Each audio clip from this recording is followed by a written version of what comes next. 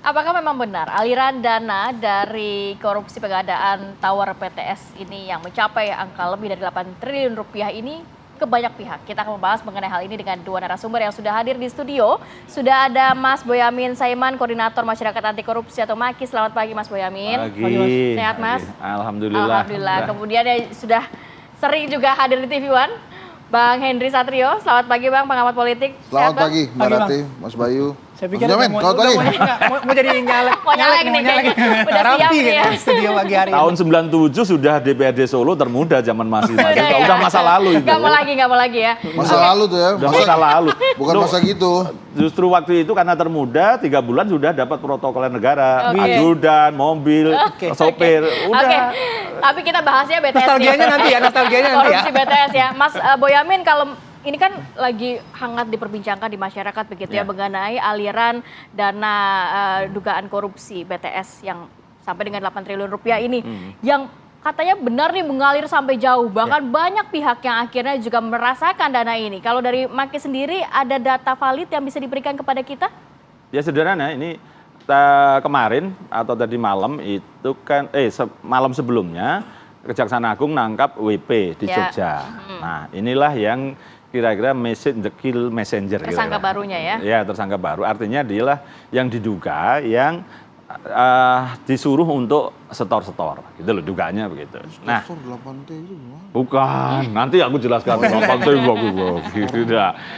Setorannya misalnya mudah-mudahan ini salah kira-kira gitu. Ke politisi Senayan ada. Banyak politisi Senayan. Ke pimpinan auditor di tempat yang lain ada. Terus itu yang dari sisi yang klaster A gitu. Yeah. Nah, klaster B juga ada juga yang terhadap yang melakukan pekerjaan.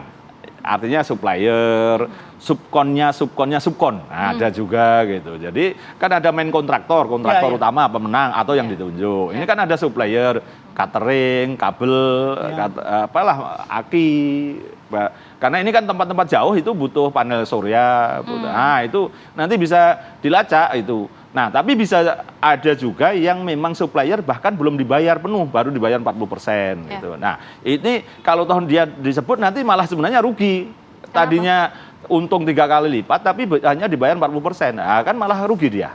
Karena habis ini jadi kasus rame kan pastilah nggak terbayar gitu. Jadi banyak juga yang disebut bisa jadi nanti malah ketahuan akhirnya malah dia rugi gitu. Oke, nah jadi prosesnya banyak lah artinya pada posisi itu. Oke, itu kan dari main kontraktor supon gitu. Tapi kita juga tadi sempat ngobrol angka 8 triliun itu loh, Mas. 8 triliun itu ketika disebutkan 8 triliun, benarkah angka 8 triliun bulat secara cash kemudian digelapkan gitu dari anggaran 10 triliun? Ya, ini Kejaksaan Agung kadang-kadang ya menjelaskan kurang jelas. Ya, saya lah kadang-kadang jadi juru bicara Mas Idris.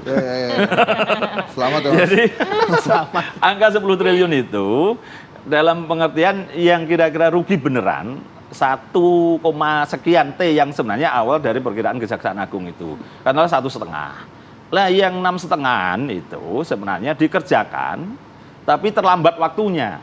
Nah, kalau BPKP menghitung begini, terlambat waktunya ini tidak boleh dibayar.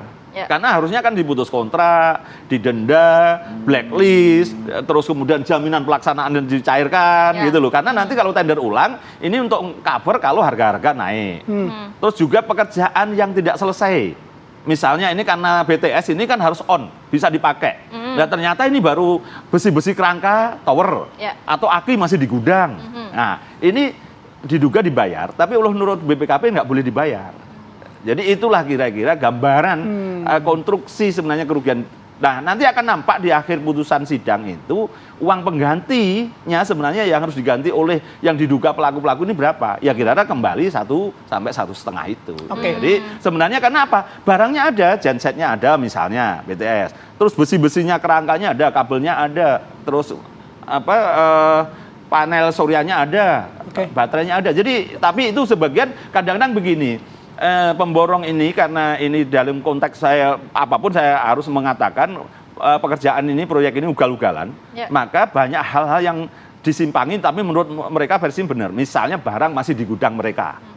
Nah, barangnya ada benar memang. Benar ada tapi masih di gudang pemborong atau supplier. Tapi dibuat berita acara seakan-akan sudah diserahkan. Alasannya apa? ya gampang ini diplesetin. Si pimpinan proyek atau si pemberi kerja itu mengatakan tidak punya gudang, udah aku titipkan tempatmu aja gitu. Dibuat berita acara aja lagi gitu. Nah, kayak ginilah sebenarnya.